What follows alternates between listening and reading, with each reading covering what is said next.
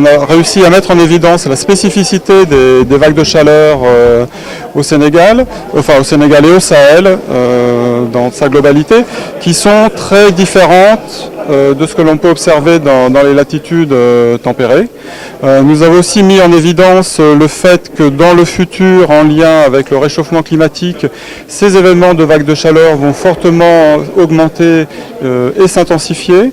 Et enfin, nous avons mis en évidence et quantifié l'impact sur la santé en termes de mortalité, et nous travaillons actuellement aussi sur leur impact en termes de pathologie et de morbidité. Les conseils, c'est de s'informer déjà auprès des services météorologiques pour savoir quand un risque de canicule va arriver. Les services météorologiques de l'ANACIM fournissent ces informations tous les jours.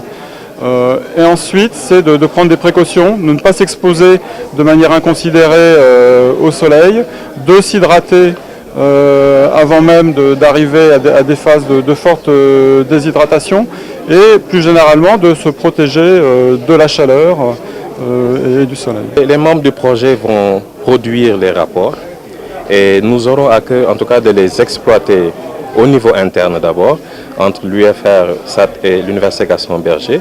Puis avec les autorités rectorales, nous ne manquerons pas à nous ouvrir vers le milieu extérieur, en tout cas les professions qui sont ciblées et qui sont concernées par cette problématique, pour pouvoir produire des bulletins et maintenir ce système d'alerte-là qui est en train d'être mis sur pied. Donc l'idée, c'est vraiment de pouvoir vulgariser par la suite les résultats des recherches. En tout cas, nous attendons beaucoup des membres de ce colloque qui nous finalisent le rapport que nous pourrons exploiter dans les plus brefs délais.